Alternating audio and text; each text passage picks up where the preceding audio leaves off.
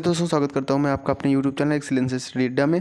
आज हम पढ़ने वाले हैं क्लास 10 चैप्टर 12 इलेक्ट्रिसिटी। ये चैप्टर मैं आपके रिवाइंड पर ला रहा हूं। चलते हैं, स्टार्ट करते हैं अपना चैप्टर इलेक्ट्रिसिटी। इलेक्ट्रिसिटी में पहला जो टॉपिक पढ़ेंगे हम, व्हाट इज इलेक्ट्रिसिटी। इलेक्ट्रिसिटी क्या है पहले तो हम ये जानते हैं। Electricity is a flow of electrons around a close circuit. किसी क्लोज सर्किट में इलेक्ट्रॉन्स का फ्लो करना ही इलेक्ट्रिसिटी कहलाता है। ये देखिए, ये इलेक्ट्रॉन फ्लो कर रहे हैं, सर्किट में सेल है और ये लाइट ग्लो कर रही है, तो ये क्या हो गया, सर्किट हो गया। ठीक है, इलेक्ट्रिसिटी फ्लो कर रही है यहाँ पर इलेक्ट्रॉन्स की। ये जो पहली बार डिस्कवर किया गया था विलियम गिलबर्ट के द्वारा डिस्कवर किया गया था। It consist of electrons in motion. ये जो बना होता है इलेक्ट्रॉन इन मोशन। इलेक्ट्रॉन जो होते हैं चलते होते हैं, उन्हीं के मोशन के कारण ये इलेक्ट्रिसिटी बनती है, प्रोड्यूस होती है। ठीक है, आगे चलते हैं, बात करते हैं कंडक्टर्स की। कंडक्टर्स क्या होते हैं, आप क्लास 8 में भी पढ़े रहे होंगे। और कंडक्टर्स जो होते हैं वो ऐसे मटेरियल होते हैं जो अपने अंदर से इलेक्ट्रिसिटी को पास होने देते हैं। The conductors are those materials which allow flow of electricity through them. ठीक है, ये तो बता दिया मैंने आपको। इलेक्ट्रिसिटी को अलाउड करते हैं अपने अंदर जाने के लिए।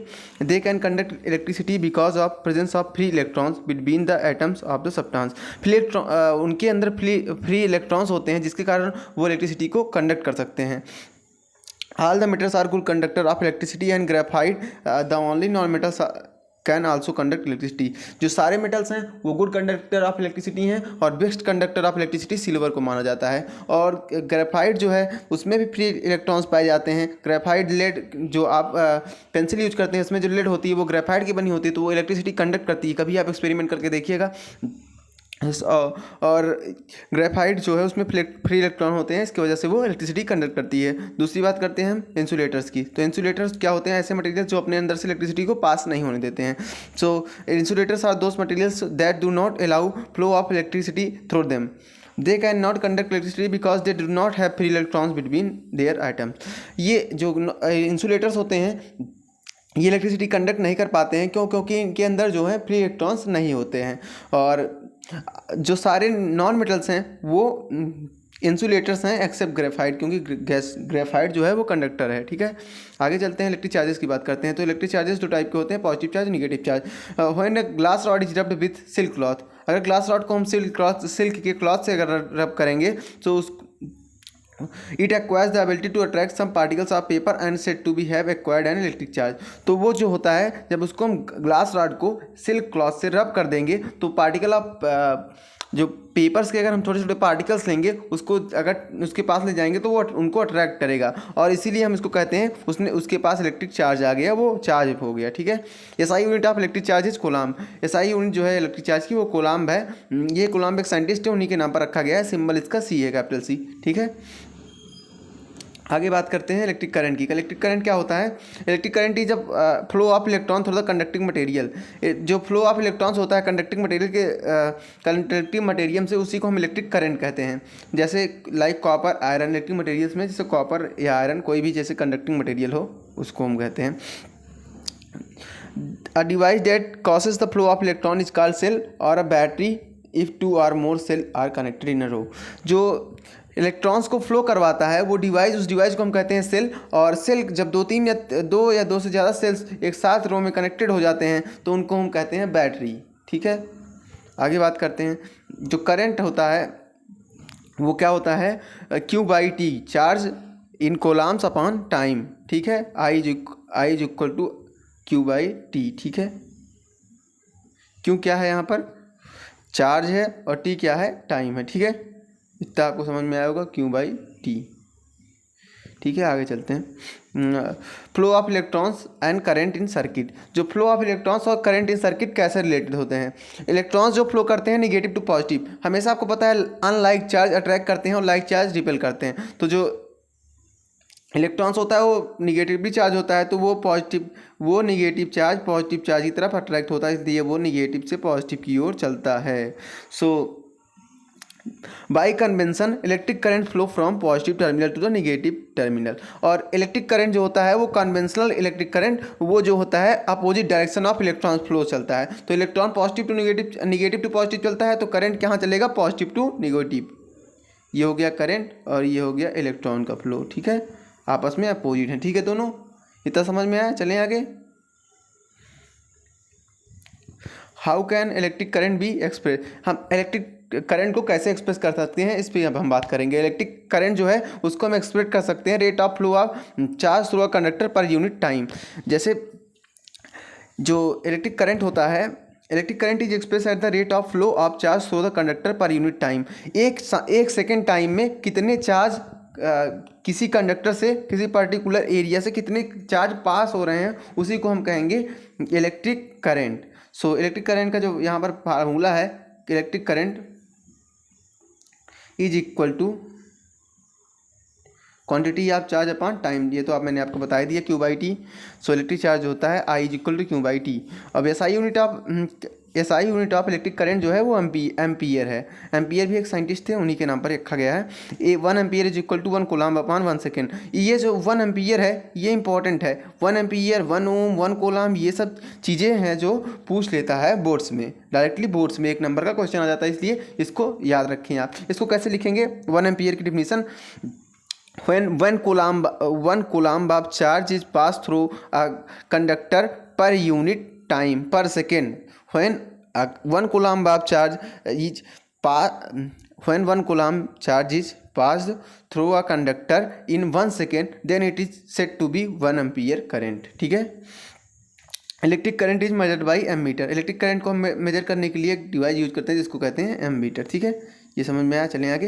Electric potential and potential difference. Electric potential और पोटेंशियल डिफरेंस क्या होता है, इसके बीच में हम डिफरेंस समझते हैं। Electric potential is capability of charge to move unit positive charge from one point to another. किसी एक पॉजिटिव चार्ज को, इलेक्ट्रिक पोटेंशियल क्या है, किसी एक पॉजिटिव चार्ज को एक पॉइंट से दूसरे पॉइंट पर ले जाने में जो कैपेबिलिटी होती है उसको हम कहते हैं electric potential. Electric potential is a capability of a charge to move 1 unit charge from 1 point to another. किसी एक पॉइंट से किसी दूसरे पॉइंट पर 1 यूनिट चार्ज को ले जाने के लिए जो किसी इलेक्ट्रिक पोटेंशियल होती है, कैपेसिटी होती है, उसको हम कहते हैं इलेक्ट्रिक पोटेंशियल, ठीक है। Electric potential difference is a work done to bring unit charge positive from 1 unit to another. Electric potential क्या होती है, किसी एक यूनिट पर, इन्फिनिटी से किसी एक यूनिट पर जो लाने में एनर्जी लगती है उसको हम कहते हैं, वर्क जितना करना पड़ता है उसको हम कहते हैं पोटेंशियल, इलेक्ट्रिक पोटेंशियल। और जब किसी दो बीच के पॉइंट के बीच में जब डिफरेंस होता है जितना पोटेंशियल का, उसको कहते हैं पोटेंशियल डिफरेंस, ठीक है। मान लीजिए ये भी यहाँ 5 वोल्ट है, यहाँ 4 वोल्ट है, तो एक जो डिफरेंस है ये जहाँ से आने में एक चार्ज को 1 वोल्ट लगेगा, वो होता है potential difference. So electric potential difference is a work done to bring unit charge from 1 point to another. और पोटेंशियल डिफरेंस का जो फार्मूला होता है वो होता है work done upon charge, W/Q, ठीक है। SI unit of potential difference is volt. और पोटेंशियल डिफरेंस की जो एसआई यूनिट है वो वोल्ट है और it is measured by volt meter, और इसको हम मेजर करते हैं वोल्ट मीटर से, ठीक है। Why potential difference important, potential difference क्यों इंपॉर्टेंट है, अगर पोटेंशियल डिफरेंस नहीं होगा तो how current will flow, current को फ्लो कराने के लिए हमको पोटेंशियल डिफरेंस देना ही पड़ता है सर्किट में। सो वो पोटेंशियल डिफरेंस कहाँ से आता है, बैटरी से आता है। Electric current will flow through a conductor only if there is difference in the electric potential between the 2 points of a conductor. देखिए जो मैंने बताया, बिना इलेक्ट्रिक पोटेंशियल के करंट फ्लो नहीं कर सकता किसी भी सर्किट में। So the potential difference in circuit is provided by cell or battery. ये भी मैंने आपको बता दिया, सेल या बैटरी की मदद से हम इलेक्ट्रिकल पोटेंशियल डिफरेंस किसी सर्किट में हम देते हैं। The chemical reaction in the cell produces a potential difference between the two terminals and sets the electron in motion and produces electric current. जब जो केमिकल एनर्जी होती है, केमिकल रिएक्शन होता है सेल के बीच में, जिसके कारण पोटेंशियल डिफरेंस बनता है और उसी की वजह से इलेक्ट्रॉन्स सर्किट में मूव करते हैं और उसी से इलेक्ट्रॉन्स फ्लो होते हैं। इलेक्ट्रिक सर्किट, अब इलेक्ट्रिसिटी सर्किट की बात करते हैं। क्या है electric circuit is a continuous and close path of electric current. ये इंपॉर्टेंट पॉइंट है, याद कर लीजिए, एग्जाम में आता है, सीबीएसई में बोर्ड में डायरेक्ट पूछ लेता है व्हाट इज इलेक्ट्रिक सर्किट, ठीक है, और डायग्राम पूछ लेता है। The schematic diagram of electric comprising of a cell, battery, electric bulb, ammeter and plug key. ये देखिए ये डायग्राम है, ऐसे बनता है। एमीटर को हम ऐसे बनाते हैं, पॉजिटिव के साथ पॉजिटिव की तरफ हम पॉजिटिव को ही रखेंगे और निगेटिव की तरफ निगेटिव को। ये प्लग की है, इसको ऑन ऑफ कर सकते हैं हम, बल्ब लगी है, यहाँ पे सेल है और ये वायर्स का हम कनेक्शन दिखाएं और फ्लो ऑफ करंट दिखाएं, ठीक है, पॉजिटिव टू निगेटिव। ये देखिए इधर है करंट का डायरेक्शन पॉजिटिव, ये इसे है, इधर है करंट का डायरेक्शन पॉजिटिव, ये पॉजिटिव से इधर करंट फ्लो कर रहा है। ठीक है, ये डायग्राम आपके इंडेक्स में डायरेक्ट क्वेश्चन पूछा है, ड्रॉ सिमेट्रिक डायग्राम, तो ये डायग्राम आप ड्रॉ कर सकते हैं और ये इंपॉर्टेंट भी है। ठीक है, आगे चलते हैं। अब कुछ सिंबल्स की बात कर लेते हैं हम। सिंबल्स जो यूज करते हैं हम डायग्राम बनाने में, उसकी हम बात कर लेते हैं। सेल को हम ऐसे ड्रॉ करेंगे, वन बड़ी स्टिक, जो बड़ी वाली डंडी होगी उस पर हम प्लस लिखेंगे और छोटी वाली डंडी पे माइनस। और जब वायर विदाउट कनेक्टिंग के जब क्रॉस करेंगे तो उसको हम ऐसे दिखाएंगे। और जब की को ओपन दिखाना होगा तो ऐसे दिखाएंगे, या तो फिर ऐसे भी दिखा सकते हैं। और इलेक्ट्रिक बल्ब दिखाना होगा,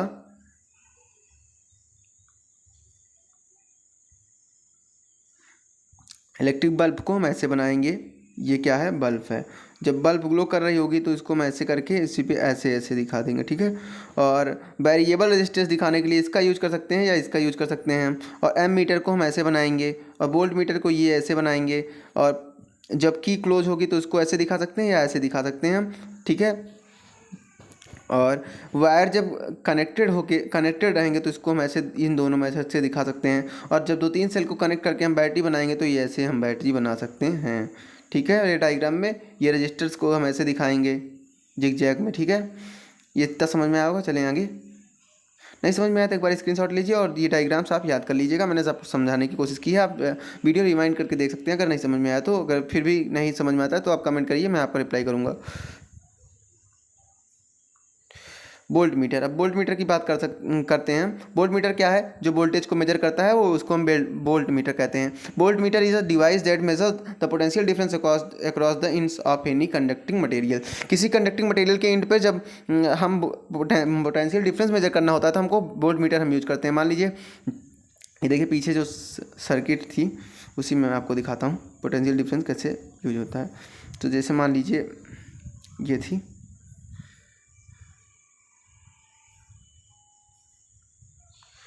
यहाँ पर मान लीजिए हमको वोल्ट मीटर कनेक्ट करना है, तो वोल्ट मीटर हम कैसे कनेक्ट करेंगे। मान लीजिए ये छोड़िए, हमको ही बनाना पड़ेगा। ये डायग्राम हम बना लेते हैं। मान लीजिए ये है रजिस्टर लगा हुआ है और ये है बैटरी सेल मान लीजिए, और ये रजिस्टर। तो हम इसके अक्रॉस यहाँ पर वोल्ट मीटर लगाएंगे पैरेलल। वोल्ट मीटर कहाँ लगाएंगे हम, रजिस्टर्स के पैरेलल में हमेशा। तो इसके बीच की जो पोटेंशियल डिफरेंस होगा जो बैटरी का होगा वही बता देगा। ठीक है, और फिर हमेशा पैरेलल में कनेक्ट करेंगे हम रजिस्टर्स के, जिसका हमको मेजर करना रहेगा वोल्ट मीटर को। ठीक है, इसका रेजिस्टेंस बहुत हाई होगा ताकि इसके अंदर करंट बिल्कुल भी ना फ्लो कर पाए, मींस ना के बराबर करंट फ्लो करे। ठीक है, बहुत हाई रेजिस्टेंस होता है इसके लिए इसका। और ये एम मीटर की हम बात करते हैं, इससे हम करंट को मेजर करते हैं। और ये डिवाइस है that measures the ammeter is a device that measures the current flowing through any conducting material. It is connected in series to the conducting material. It has low resistance. इसका resistance बहुत लो होना चाहिए। और ये जो है conducting material का बना होता है और ये जो कनेक्ट होता है कहाँ पर, सीरीज़ में कनेक्ट होता है। जिसके मान लीजिए इस सर्किट का यूज करना है तो हम इसके सीरीज़ में ही जोड़ेंगे। ठीक है, एमीटर को हमेशा सीरीज़ में जोड़ेंगे। ठीक है, और चलते हैं आगे।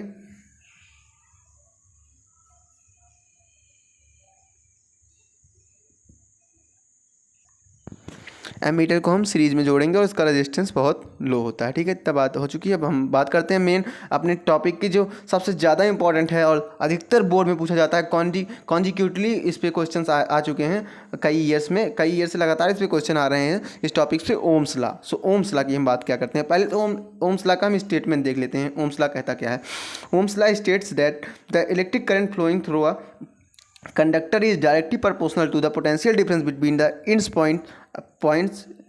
ends provided all the physical condition remains the same। अगर मान लीजिए टेम्परेचर और जो इन्वायरमेंटल कंडीशन है वो कांस्टेंट है, तो जब किसी कंडक्टर में जो करंट फ्लो कर रहा होगा वो डायरेक्टली प्रोपोर्शनल होगा किसके, पोटेंशियल डिफरेंस, मींस बैटरी के पोटेंशियल डिफरेंस के प्रोपोर्शनल होगा। V I is equal to constant. ठीक है, और बी आई जो होगा वो रेजिस्टेंस होगा। ठीक है, तो यहाँ से मिल जाता है हमको V is equal to I R, इसी को हम कहते हैं ओम्स लॉ। ठीक है, यहाँ पर रेजिस्टेंस एक कांस्टेंट की तरह वर्क कर रहा है। जब भी प्रोपोर्शनलिटी आती है उसको हटाने के लिए हम किसी कांस्टेंट से मल्टीप्लाई करते हैं, तो यही यहाँ पर हम कांस्टेंट आर ले रहे हैं और उस कांस्टेंट आर से अगर हम मल्टीप्लाई करेंगे तो ये हो जाएगा V is equal to R, और ये इक्वेशन आप याद कर लीजिए। Here the constant R stand for the resistance for a given material given conductor wire at a given temperature. किसी गिवन टेम्परेचर पर किसी कंडक्टर की वायर की जो रेजिस्टेंस होगी उसी को हम आर कहते हैं और वो कांस्टेंट होती है। अब रेजिस्टेंस की बात करते हैं। Resistance is a property of conductor to resist the flow of electrons through it. जो इलेक्ट्रॉन या करंट का फ्लो है उसको जो रोकने की प्रॉपर्टी होती है किसी कंडक्टर की, उसी को हम कहते हैं रेजिस्टेंस। और रेजिस्टेंस जो होता है according to Ohm's law R is equal to V by I. Ohm's law के अकॉर्डिंग हम जब बी को उधर ले जाएंगे तो रेजिस्टेंस क्या मिल जाएगा, बी बाई आई। और इसकी एसआई यूनिट होती है ओम, और इसका सिंबल जो होता है ऐसे होता है, ठीक है। और ये ओम साइंटिस्ट के नाम पर पड़ा है। और if the potential difference around the two ends of a wire is 1 volt, the current flowing through the wire is 1 ampere, then the resistance of the wire is said to be 1 ohm. ये है 1 ओम की definition, 1 ohm resistance की। इसको याद कर लीजिए, important है। मैंने जैसे बताया है आपको 1 ओम 1 एम्पियर, ये सब बहुत इंपॉर्टेंट है, बोर्ड्स में पूछ लिया जाता है 1 नंबर में, ठीक है। चलते हैं factors on which resistance depend. अब हम बात करते हैं किस फैक्टर्स पर रेजिस्टेंस डिपेंड करता है। तो रेजिस्टेंस जो होता है वो 4 फैक्टर्स पर डिपेंड करता है। पहला क्या है, लेंथ ऑफ वायर। वायर की लेंथ पर, जितना बड़ा वायर होगा उतना ही रेजिस्टेंस ज़्यादा होगा। Inversely proportional to the cross section area of the wire. Wire जितना मोटा होगा उतना ही रेजिस्टेंस कम होगा। और depends on the material of the conductor. और कंडक्टर के मटेरियल पर डिपेंड करता है कि किस चीज़ का बना है। मान लीजिए सिल्वर का होगा तो उसमें रेजिस्टेंस बहुत कम होगा, कॉपर का है तो थोड़ा ज़्यादा होगा। तो अगर मान लीजिए और किसी चीज़ का बना है तो प्रॉपर्टी है वो मटेरियल की, ठीक है। Directly proportional to the temperature of the material. और टेम्परेचर जो होगा मटेरियल का उस पर ही डायरेक्टली प्रोपोर्शनल होगा टेम्परेचर। ये क्या है, फिजिकल प्रॉपर्टी है, इन्वायरमेंटल की प्रॉपर्टी, ठीक है। Here rho is a constant of the proportionality called resistivity of the material of the conductor. Its SI unit is ohm meter, ठीक है। पहले से मैं पढ़ देता हूँ पूरा। डायरेक्टली प्रोपोर्शनल टू, जो resistance of a conductor is directly proportional to the length of wire. Wire की लेंथ से डायरेक्टली प्रोपोर्शनल होगा क्या, ये देखिए मैथमेटिकली भी लिखा गया है। और inversely proportional to the area of cross section of the wire. Area of cross section के द इन्वर्सली प्रोपोर्शनल होगा। और depend on the material of conductor. Material of conductor के बारे में मैंने बता दिया था डिटेल में कि जिस चीज़ का मटेरियल बना होगा उसकी, कंडक्टर जिस चीज़ का बना होगा उस मटेरियल की प्रॉपर्टी भी होगी कुछ, वो है रेजिस्टिविटी। जो प्रॉपर्टी होगी उसी को हम रेजिस्टिविटी कहते हैं, ठीक है। Directly proportional to temperature of the material. Material के टेम्परेचर पर भी डायरेक्टली प्रोपोर्शनल होगा।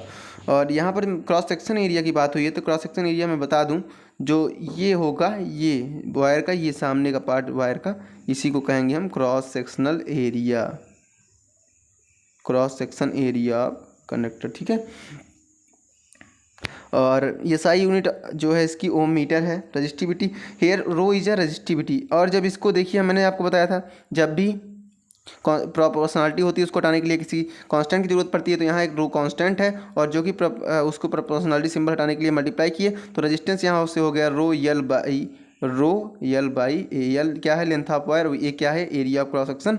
और प्रोपोर्शनल जो रो है रेजिस्टिविटी ऑफ मटेरियल है। जो मैंने बताया कि मटेरियल प्रॉपर्टी है, materials of conductor depends on material of conductor.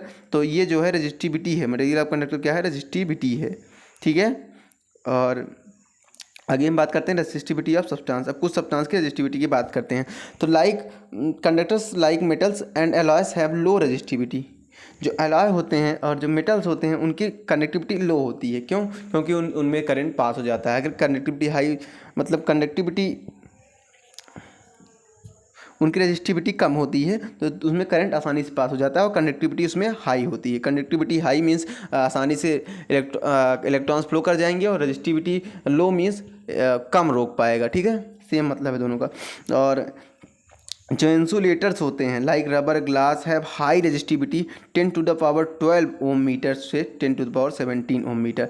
ये अगर मान लीजिए कभी भी ऐसे क्वेश्चन में दे देता है कि अगर मान लीजिए दे दिया कि 10 की पावर माइनस नहीं प्लस में दे दिया, तो समझ जाइएगा, तुरंत ही समझ जाइएगा कि ये इंसुलेटर है, ठीक है, इसकी रजिस्टिविटी बहुत हाई है। Substance with low resistivity are better conductor of electricity than those with high resistivity.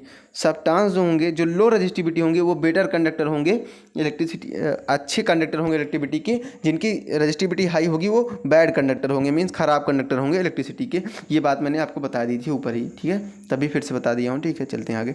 Register सी ना सीरीज, अगर हम सीरीज में रजिस्टर को कनेक्ट करें तो कैसे हम उसका आर इक्विवेलेंट, आर इफेक्टिव, या मान लीजिए 2-3 रजिस्टर जोड़े तो उसका कैसे हम एक इफेक्टिव, एक ऐसा रजिस्टर लगाएं जो तीनों के बराबर काम करें, उसको हम कैसे कैलकुलेट करेंगे। When 3 resistor R1 R2 R3 are connected in series across A B के अक्रॉस में मान लीजिए 3 connect R1 R2 R3 connected हैं रजिस्टर्स, ठीक है। तो हम क्या करेंगे, हमको एक ऐसा रजिस्टर चाहिए जिसका R1 R2 R3 के लगाने के हटा के अगर उसको एक को लगा दें तो इन सब के बराबर ही काम करे वो भी, ठीक है। तो इसके लिए हम क्या करेंगे, current, so the total voltage across the resistor equal to the sum of voltage across each register.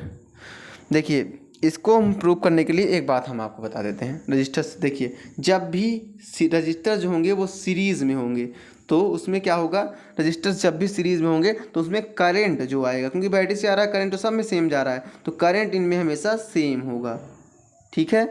और पोटेंशियल डिफरेंस जो होगा वो अलग अलग होगा, इससे अक्रॉस कुछ और होगा, R2 के अक्रॉस कुछ और होगा, R3 के अक्रॉस कुछ और होगा। सो जो बैटरी का पोटेंशियल डिफरेंस होगा वो इन तीनों में बटा होगा, तो बैटरी का जो पोटेंशियल डिफरेंस होगा उनका वो इन तीनों के पोटेंशियल डिफरेंस के सम के बराबर होगा। अब सेम इसी चीज़ का हम यूज करके इसको प्रूव कर लेंगे।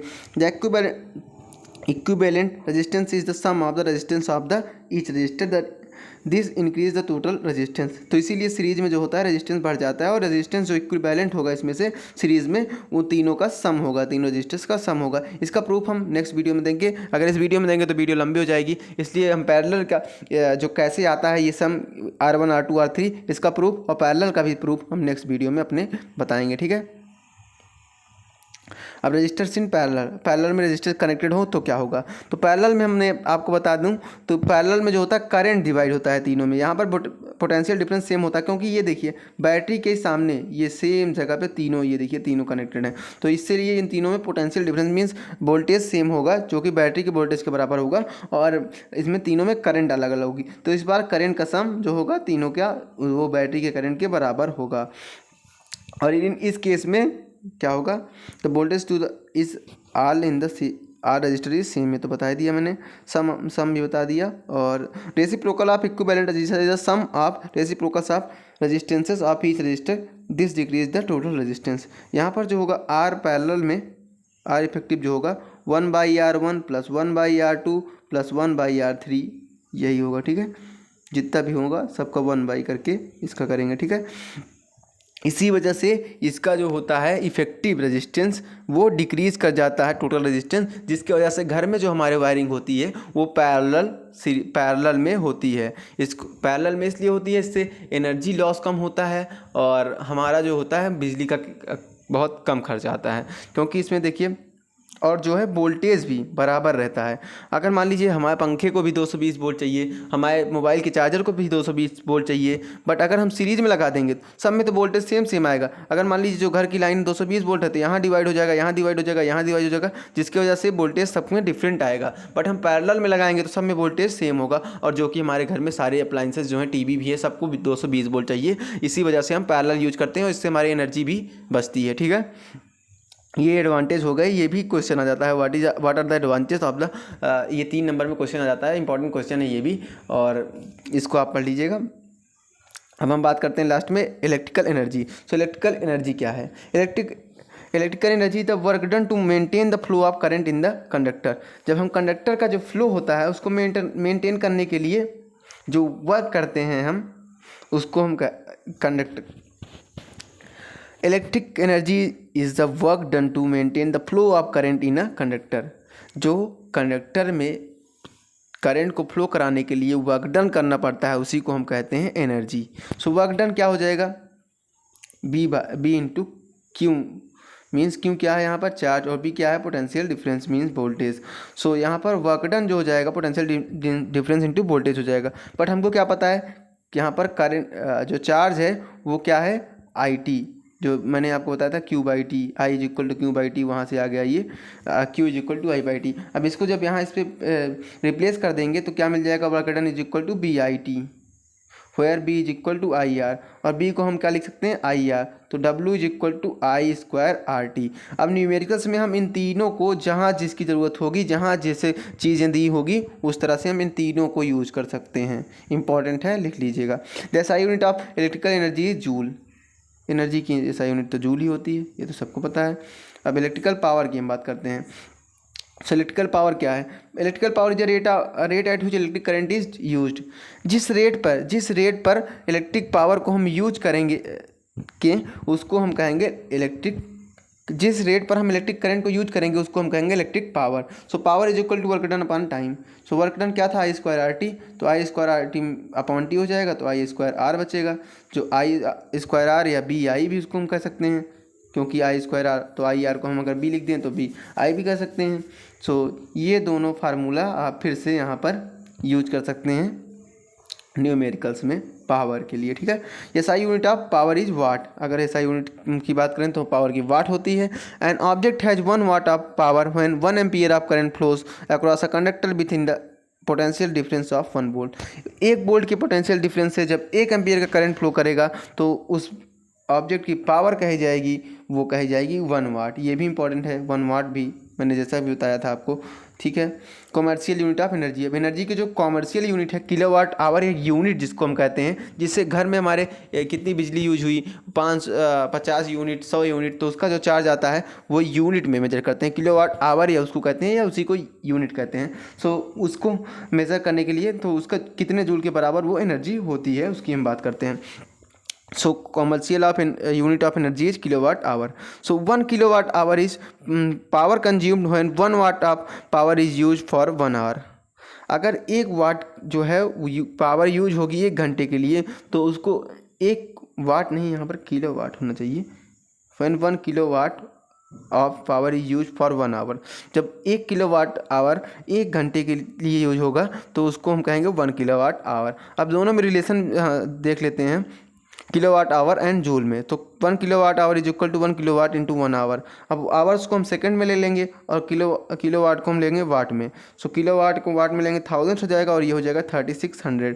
सो इसको अगर हम मल्टीप्लाई करेंगे तो मिल जाएगा हमको 3.6 इंटू 10⁶ जूल। ये क्लास 9th में भी आपने पढ़ा रहा होगा और इसको याद कर लीजिए, इंपॉर्टेंट है, न्यूमेरिकल्स में फिर आप यूज करेंगे इनको, ठीक है। अब हम पढ़ेंगे heating effect of electric current. जैसे मान लीजिए जब इलेक्ट्रॉन्स फ्लो करेंगे, तेज मोशन में इलेक्ट्रॉन दौड़ेंगे और जो रेजिस्टेंस होगा वो उसको रोकने की कोशिश करेगा, तो इससे हीट डेवलप होगी। क्या होगी, बार बार टकराएगा तो उससे क्या होगा, हीट डेवलप होगी, और उसी को हीट को हम यहाँ पढ़ेंगे, और उसकी वजह से जो हमारा एनर्जी होगा वो वेस्ट भी होगा। यही कारण है सीरीज में ज़्यादा एनर्जी वेस्ट होती है, क्योंकि वो और पैरेलल में जो होता है थोड़ा ज़्यादा आसानी से निकल जाता है। इसीलिए जो लंबा वायर होता है उसमें रेजिस्टेंस बहुत ज़्यादा हो जाता है। क्यों? क्योंकि इसमें जगह कम है, इलेक्ट्रॉन्स को जाना है तो ज़्यादा टकराएंगे। इसकी वजह से क्या होगा, हीट ज़्यादा प्रोड्यूस होगा और रेजिस्टेंस बढ़ जाएगा, और टेम्परेचर से डायरेक्टली प्रोपोर्शनल है, ये भी आपने पढ़ा है। और जो बात होगी हीट, इसी वजह से अगर ज़्यादा, देखिए ट्रैफिक का एग्जांपल मैं आपको बताता हूँ। मान लीजिए छोटा एक रोड है, पतला रोड है, और एक पतला रोड है और 10 गाड़ियों को जाना है, ठीक है। एक पतला रोड है और 10 गाड़ियों को जाना है, तो क्या होगा, धीरे धीरे जाएगी, ट्रैफिक ज़्यादा लग जाएगा। अगर एक चौड़ा रोड है, 4 लेन हाईवे है और 10 गाड़ियों को जाना है, तो वहीं कितनी आसानी से वो गाड़ियाँ निकल जाएंगी, कोई दिक्कत नहीं होगी। तो इसी वजह से जो एरिया बढ़ाएंगे तो बहुत आसानी से इलेक्ट्रॉन्स फ्लो हो जाएगा, और जो ये क्या होते हैं हीटिंग इफेक्ट होगा वो बहुत कम होगा। इसीलिए पैरेलल में हीटिंग इफेक्ट कम होता है। सो अब बात करते हैं हीटिंग इफेक्ट की। If a current I flows through a resistors of resistance R and T be the time for which the current charge Q flows through it, then the work done to move the charge through potential difference B W is equal to V Q, ये तो मैंने आपको बताया पहले ही। और power is equal to work done upon time is equal to QB upon T, और and Q by T is equal to I, ये भी मैंने आपको बता दिया था, और power is equal to I भी, इतना चीज़ हमको पता है। तो हीट एनर्जी क्या हो जाएगी यहाँ से, power into time, power into time क्या हो जाएगी, हीट एनर्जी, जिसको हम कहेंगे V I T. So according to Ohm's law जो हीट एनर्जी मिल जाएगी हमको यहाँ से आई स्क्वायर आर टी मिल जाएगी। ठीक है, इतना समझ में आया? ठीक है, फिर अगर समझ में आया हो तो thanks for watching, see you in the next video, till then keep learning, keep watching and please share the video with your friends. Okay, bye, take care, thanks for watching.